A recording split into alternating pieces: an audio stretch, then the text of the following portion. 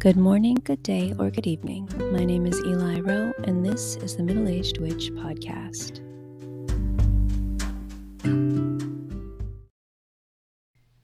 Hello, and thank you for hanging out with me today. I hope everyone's enjoying the warmer weather, unless you're in the southern hemisphere, in which case I hope you're enjoying the cooler weather.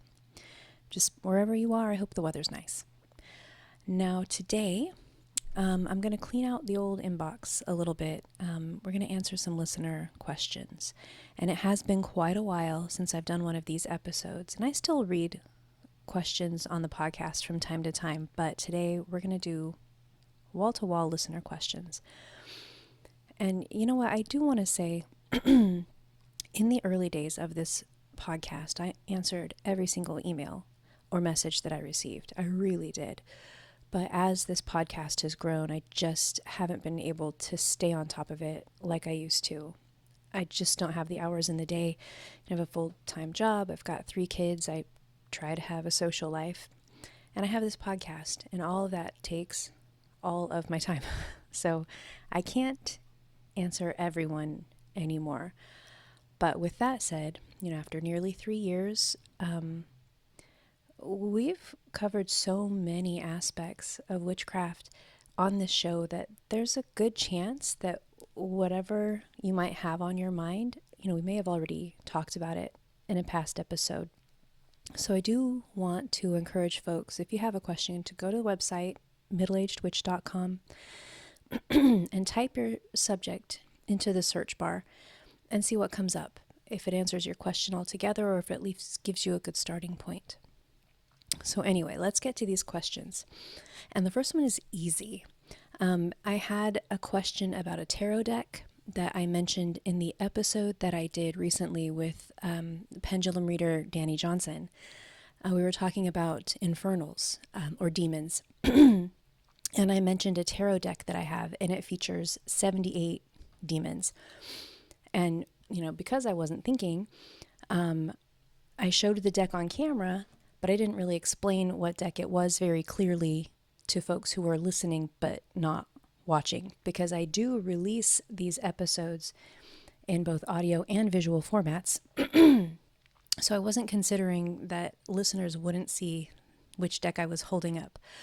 But it is this deck, and I am holding it up again. But I will also tell you that it is called Occult Tarot by Travis McHenry.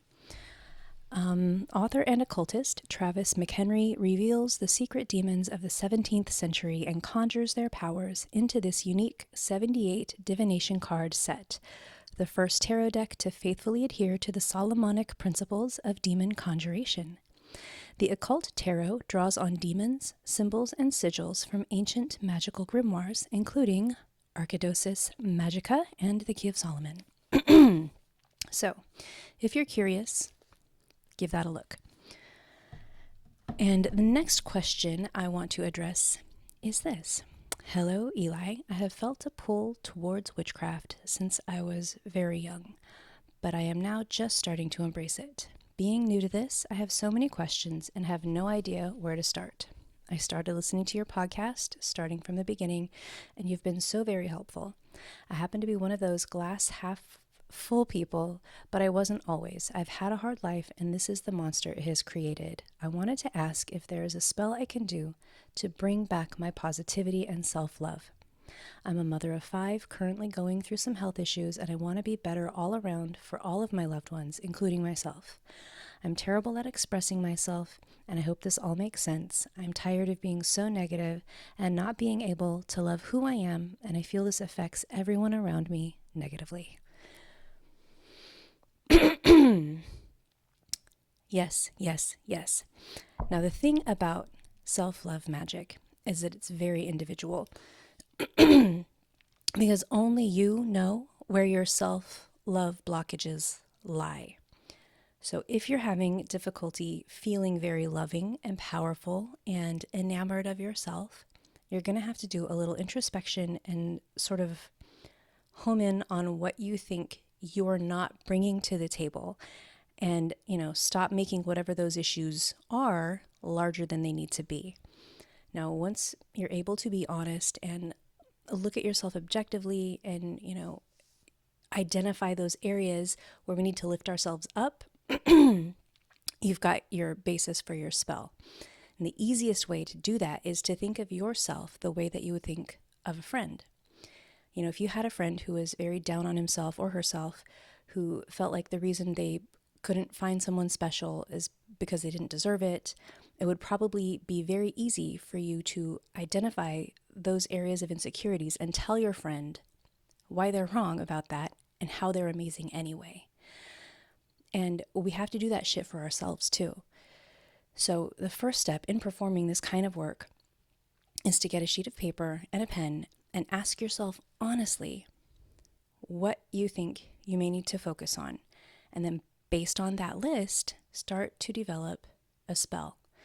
That doesn't mean that we're working a spell to change a bunch of stuff about ourselves. If one of the things on my list is that I feel like I won't find love until I lose, those last 15 pounds, I'm not going to do a weight loss spell and call it a self-love spell, because that isn't the same thing.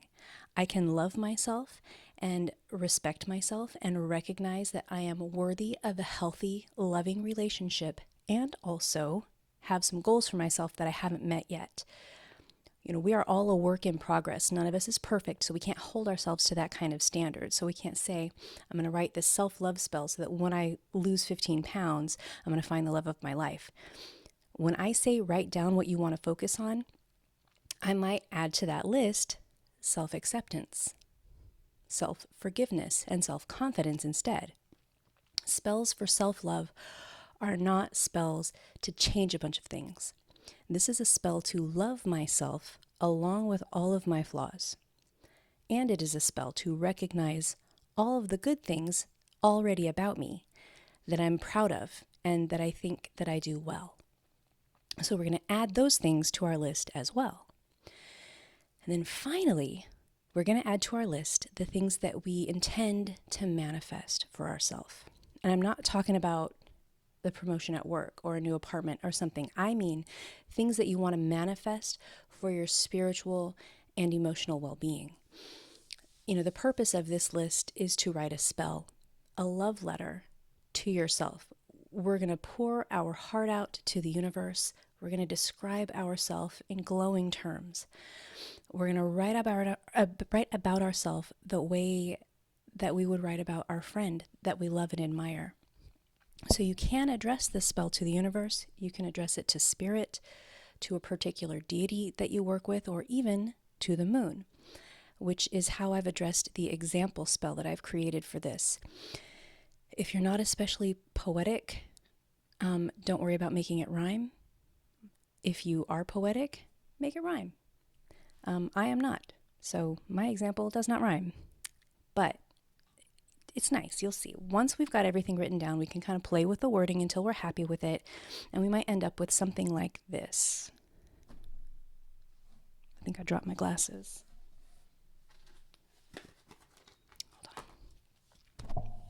Hold on. My beloved moon, I am Eli, and I stand in awe of your beauty and in gratitude for your love. I am kind and I am loving. I am a good friend. I am thoughtful. I am creative. I am compassionate. I attract good people into my life. I am generous and I am resilient. I learn and grow every day. I help others and I accept help from others when I am in need of it. I become more powerful and more wise with every passing year. I have a wonderful family, and I am surrounded by people who love me. I love myself, and I love who I will yet become. This is my vow, so mote it be.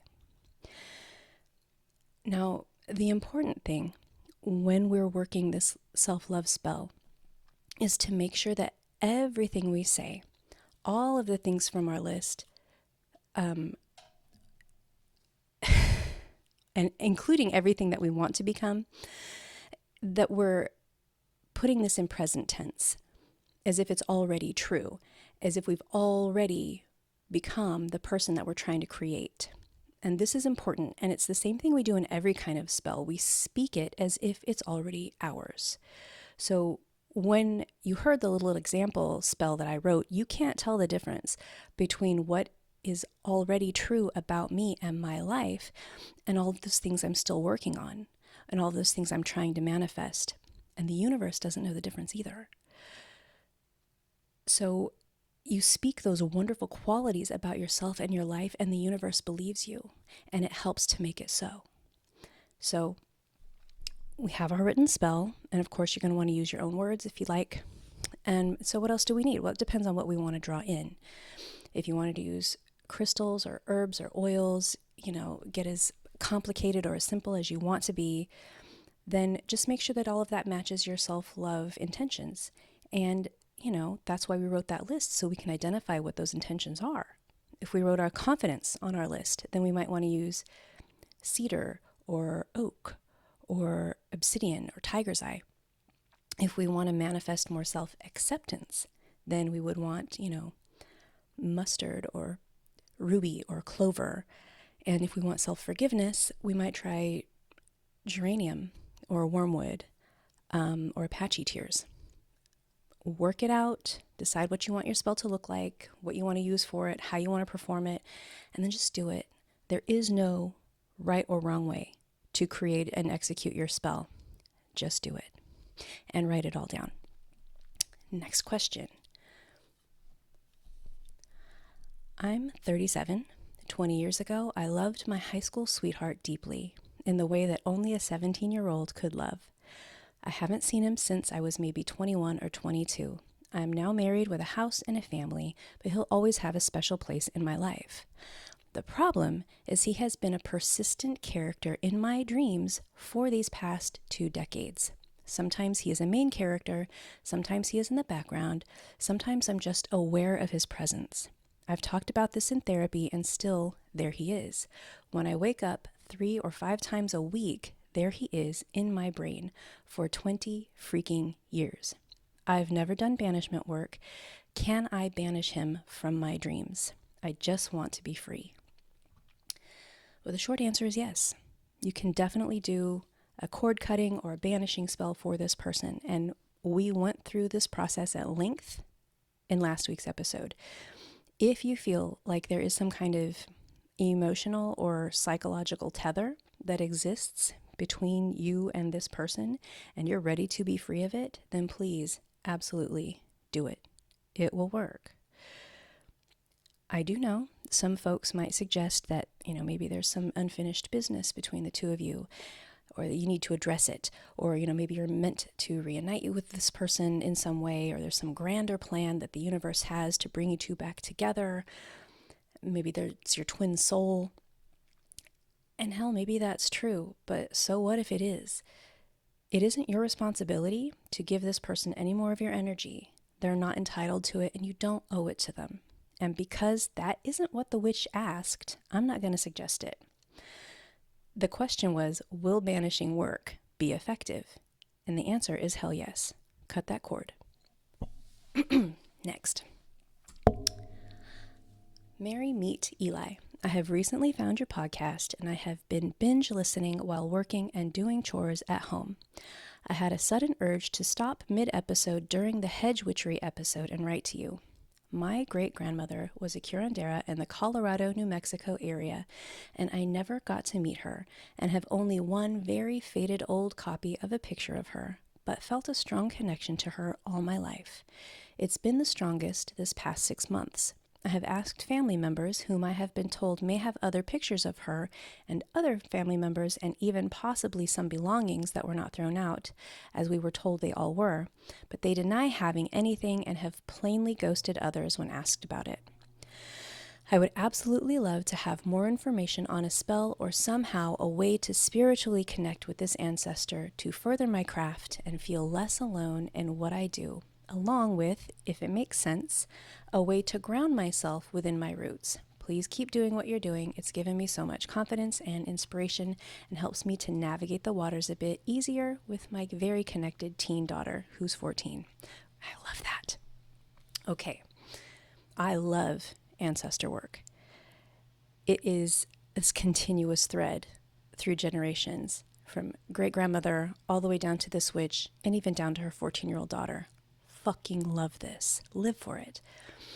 And we've talked about this kind of work in some of the Samhain episodes, but this is work that we can do all year round. If you're trying to begin a relationship with this ancestor, I would begin by making space for her on your altar.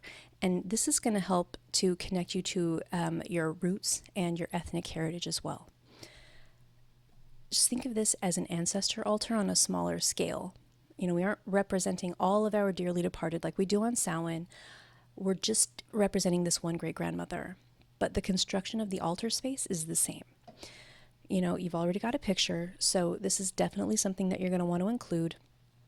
And if it's possible, if these other relatives can come through at all, if you can get a few of her belongings, if at all possible. I know you said your family's been kind of cock-blocking your efforts, but this also could go for anybody who might be trying to connect with an ancestor as well. So anybody who's trying to perform this kind of work, I would suggest putting personal items up there too, in addition to pictures. If you've got military service medals or heirloom jewelry, anything you can get a hold of, old letters. And then we want to include tributes. And this would typically be like candles, glasses of clean water that we change regularly, fresh flowers, and along with their favorite foods, if you happen to know them, any drinks, any vices, if we happen to have that kind of information. If we don't, then just go with your gut. Traditionally, we would include like sweetbreads, fruit, wine or liquor, cigars, cigarettes, just anything, any kind of vice that would tempt our loved ones to favor us with visitation, to show them that we are remembering them, that they're still near and dear to our hearts, and that we miss them and think of them often, or that we would like to develop a relationship with them. Now, something that is commonly done when constructing an ancestor altar or any altar is to cover the table or the shelf or whatever surface you're using with a special cloth. Now, witches are familiar with altar cloths. This is no different.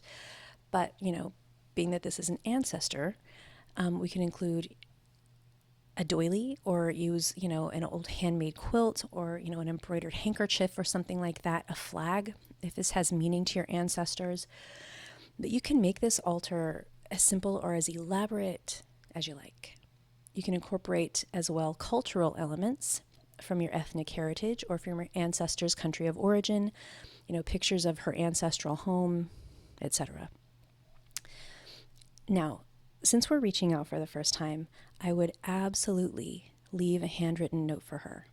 Introduce yourself, explain who you are to her and why you would like to get to know her. Invite her to communicate with you, however it's easiest for her. This might be in dreams, this could be through symbolism or during meditation, whatever the case may be. Invite her to let you know what kind of offerings she would like, and then pay attention to the answers and the impressions that you receive. And finally, just talk to her. Communicate with her out loud. Invoke her name. Ask questions about her to family who knew her. Even if they can't or won't tell you much about her spiritual practice, just find out what she was like. Get to know her history. Find out about how she was as a child or what her life was like as a young adult. Get to know her and allow her to get to know you. And that's our time for today. Thank you very much for joining me. We will talk again next week. My name is Eli Rowe, and this has been the Middle-Aged Witch Podcast.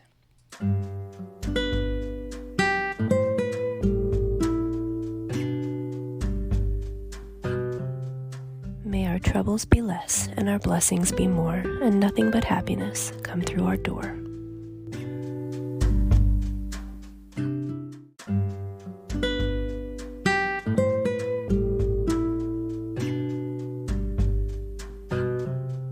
The information presented is the author's opinion and does not constitute any health or medical advice. The content of this podcast is for informational and entertainment purposes only and is not intended to diagnose, treat, cure, or prevent any condition or disease. Please seek advice from your healthcare provider for your personal health concerns.